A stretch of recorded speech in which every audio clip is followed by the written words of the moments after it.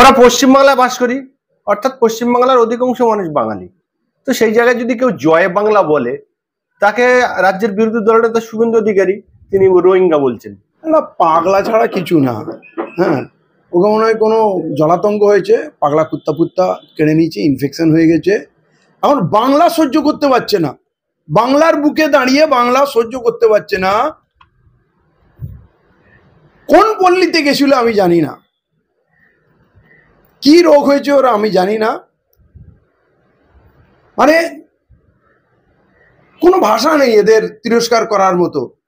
বাঙালির লজ্জা, বাঙালির কলঙ্ক, ঠিক আছে, যা মুখে আসে তাই বলে।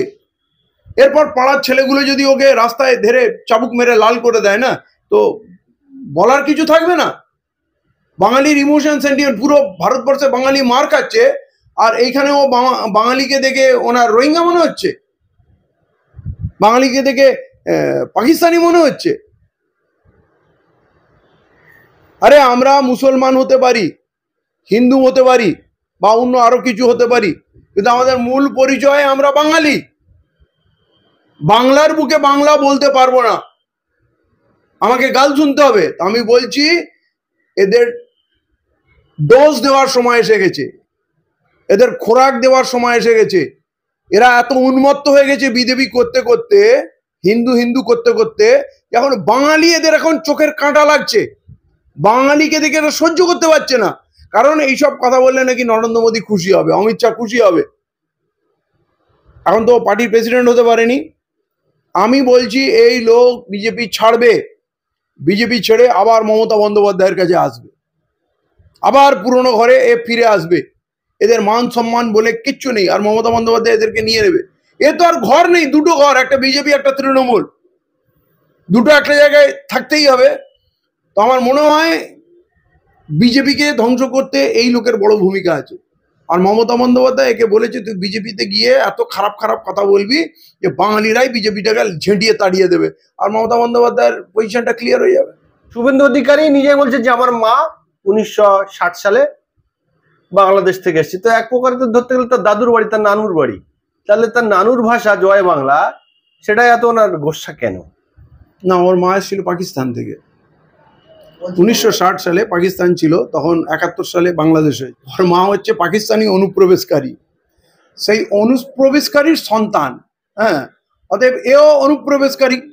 হ্যাঁ, তো আজকে ও জয় বাংলায় ওর মানে জ্বর এসে যাচ্ছে, জয় বাংলা সহ্য করতে পারছে না। জয় শ্রীরাম এখন শিখেছে, এখন জয় বাংলা ভালো লাগছে না।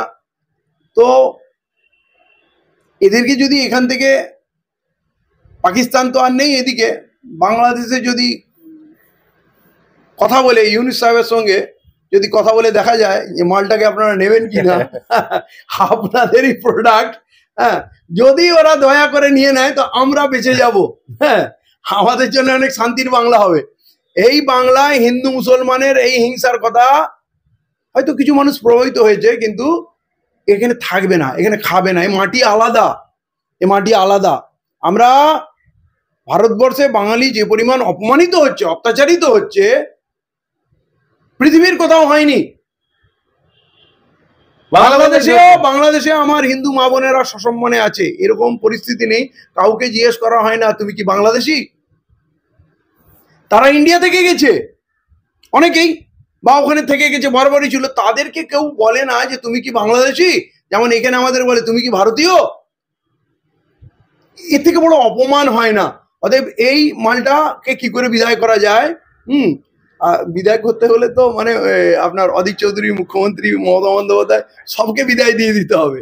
এই পুরো পল্টন স্বাধীনতার পর বাংলার উপরে রাজত্ব করেছে ওপার বাংলার লোক, কিন্তু আমার কথা হচ্ছে বেশিরভাগটাই 99% লোক এই বাংলায় যে 75 বছর রাজত্ব করেছে স্বাধীনতার পর, সব ওপার বাংলার লোক। তা তো সবকে তাড়িয়ে দিতে হয়। আমি কাউকে তাড়ানোর পক্ষে নয়, কিন্তু এই যে কথায় কথায় কাউকে রোহিঙ্গা বলা, পাকিস্তানি বলা, বাংলাদেশি বলা, এটা নোংরা কথা না। সাম্প্রদায়িক বীজ ছড়ানোর চেষ্টা। বাংলাদেশের সঙ্গে আমরা ঝগড়া করলাম, হাসিনাকে নিয়ে আসলাম, নিয়ে আসে আমরা কি ক্ষতি করেছি আমরা জানি। আমাদের ভারতের অর্থনীতির 12টা বাজিয়ে দিয়েছি। পাকিস্তানের সঙ্গে খেলা একটা যুদ্ধ হলো, পাকিস্তান এয়ার স্পেস বন্ধ করে দিল, আমাদের লক্ষ লক্ষ কোটি টাকা ক্ষতি হচ্ছে। আমরা চীনের সঙ্গে লড়তে পারবো না, যতই মারুক, মুখ বন্ধ করে রাখবো। নেপাল ভুটান আমার বন্ধু না, শ্রীলঙ্কা বন্ধু না। আর এই শুভেন্দুর মতো লোকরা যদি আমাদের নেতৃত্ব দেয়, পৃথিবীর কোনো জায়গায় আমরা মুখ দেখাতে পারবো? সব থেকে বড় কথা, বাংলা একটা শান্তির জায়গা ছিল, এখানে হিন্দু মুসলমান মিলেমিশে আজও আছে, ইনশাআল্লাহ আগামী দিনেও থাকবে। কিন্তু এরা মাঝখানে পরিবেশটা নষ্ট করছে, নষ্ট করার চেষ্টা করছে। হ্যাঁ, আমি ট্রামে বাসে ট্রেনে অনেক সময় দেখি, মানে অনেক আরএসএস এর লোক উস্কানিমূলক কথাবার্তা বলে, মানে মুসলিম দেখলে বলে, টিটকারি মারে। কিন্তু আমি দেখেছি বাকি মানুষগুলো কিন্তু বিরক্ত হয়, তাকে কেউ সমর্থন দেয় না। মানুষ কিন্তু এটা বুঝে গেছে যে এরা বিষ ছড়াচ্ছে, এরা এখানে অশান্তি ছড়াতে যাচ্ছে। আরে মানুষ দুবেলা দুমুঠো শুকনো রুটি খাচ্ছে, ডাল ভাত খেয়ে সবজি খেয়ে কোনো রকমে বাঁচছে, কিন্তু শান্তিটা তো থাকুক। এরা সেই শান্তিটাকেও নষ্ট করে দিতে চায়। ওইটা তো মানে সুলি, কেউ যদি সুলিতে গর্দান দিতে চায় তাহলে সিএ 2019-এ গিয়ে অ্যাপ্লাই করো। প্রথমে গিয়ে সে বলবে যে আমি নাগরিকত্ব চাই, আমি অমুক সালে বাংলাদেশ থেকে বা পাকিস্তান থেকে, বেশিরভাগই বাংলাদেশ, অমুক সালে এসছিলাম, আমার বাবা অমুক জায়গা থাকতো, এই থাকতো, এইটা বলে সে তার নাগরিকত্বটা হারিয়ে দিল। এই বাংলায় যারা আছে, কার নাগরিকত্ব নিয়ে কেউ কখনো চ্যালেঞ্জ করেনি। এই আরএসএস এর কিছু এজেন্ট, বিজেপির কিছু এজেন্ট বিগত 50 বছর ধরে চিৎকার করে আসছে আমাদের নাগরিকত্ব দিতে হবে, নাগরিকত্ব দিতে করে ইস্যুটাকে দাঁড় করিয়েছে। এখানে নাগরিকত্ব কোনো সমস্যাই ছিল না, কাউকে জিজ্ঞেস করা হয়নি ভাই তুমি নাগরিক কি নাগরিক না। এই উদ্বাস্তুদের কিছু নেতা, তারাই নাগরিকত্ব চাই মানে তুমি নাগরিক নও, এই ইস্যুটাকে দাঁড় করিয়েছে, করে খুঁচিয়ে তারা ঘা করেছে। বিজেপি ওইটা লুপে নিয়েছে যে ঠিক আছে তাহলে নাগরিকত্ব দেবো, আগে অ্যাপ্লাই করো। এবারে অ্যাপ্লাই করা মানেই আপনি নাগরিক থাকলেন না, ফেসে গেলেন। এই যারা উদ্বাস্তু নেতা, যারা নাগরিকত্ব নিয়ে আন্দোলন করছে, যারা মতুয়াদের বা নমশূদ্রদের দেখাচ্ছে যে আমি তোমার নেতা, এই নিয়ে বহু লোক ঘরবাড়ি করে নিয়েছে, টাকা পয়সা তুলে খেয়েছে, চিটিংবাজি করেছে। এরা সব বিজেপি আরএসএস এর দালাল। নাগরিকত্ব দেবো করে ওরা ভাবছে, মানে লোকগুলোকে এমন বুঝিয়েছে যে তুমি নাগরিক নও, অথচ তারা নাগরিক। তার voter card, Aadhaar card, PAN card, passport, tax bill, voter list সব আছে। জোর করে তাদের মাথায় এটা ঢুকিয়েছে, না তোমাদের নাগরিকত্ব নেই, নাগরিকত্ব করিয়ে দেবো, করে তাদের কাছে টাকা পয়সা নিয়েছে, নেতা হয়েছে। আর বিজেপি ওদেরকে দিয়ে এইটা দাবিটা তুলিয়েছে, ঠিক আছে তাহলে নাগরিকত্ব দেবো। আরে এই দাবিটা না করলে নাগরিকত্ব চাওয়ার প্রশ্নই আসে না। নাগরিকত্ব না চাইলে প্রমাণ হবে না যে আপনি নাগরিক নন। আপনারা নিজেরা মানে ওই নিজেরা নিজের পায়ে কুড়ুল মারছে আর নাগরিকত্ব চেয়ে বেড়াচ্ছে। আরে নাগরিকত্ব চেয়ে বেড়াচ্ছ মানে নাগরিক নও। আমরা কখনো নাগরিকত্ব চাই কি? আর এই পশ্চিমবাংলায় যারা 30, 40, 50 বছর ধরে আছে, তারাও দেখি খেপার মতো বলে নাগরিকত্ব চাই, মানে নিজেরাই নিজেদেরকে মানসিকভাবে বেনাগরিক করে বসে আছে।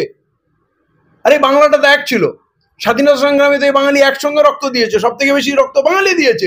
আরে ওপার থেকে এসছে, এইবারে তো অপরাধ কি করেছে? মাটিটা তো এক ছিল, বাংলা তো এক ছিল। রাজনীতিবিদরা নিজের স্বার্থে হিন্দু মুসলমান করার জন্য, দাঙ্গা লাগানোর জন্য দেশটাকে ভাগ করলো। যদি হিন্দু মুসলমান একসঙ্গে থাকা যাবে না, তাহলে একটু বেশি করে জায়গা পাকিস্তানকে দিয়ে দিত আর সব মুসলমানদের বলে দিত ভাই তোমরা ওইদিকে চলে যাও। বরাবরের মানে আরে সেই ঝামেলা তো থেকেই গেল, অশান্তি আজও হচ্ছে। তাহলে দেশটাকে কেন ভাগ করলে? দেশটা ভাগ করে যদি শান্তি হতো তাহলে কথা ছিল না। দেশটা ভাগ করেও যদি হিন্দু মুসলমান করবে, আর এই বোকাগুলো ওপার বাংলা থেকে এসছে, এটা বোঝে না এটা ওদের অধিকার। এখান থেকে তো প্রচুর মুসলমান বাংলাদেশে গেছে, পাকিস্তানে গেছে, ওখানে কি কেউ কাউকে জিজ্ঞেস করে যে তুমি ইন্ডিয়া থেকে এসছো? কেউ কাউকে জিজ্ঞেস করে তুমি প্রমাণ করো তুমি বাংলাদেশি, তোমার কবে জন্ম হয়েছে, তোমার বাপের জন্ম কোথায়? কেউ তো প্রশ্ন করছে না।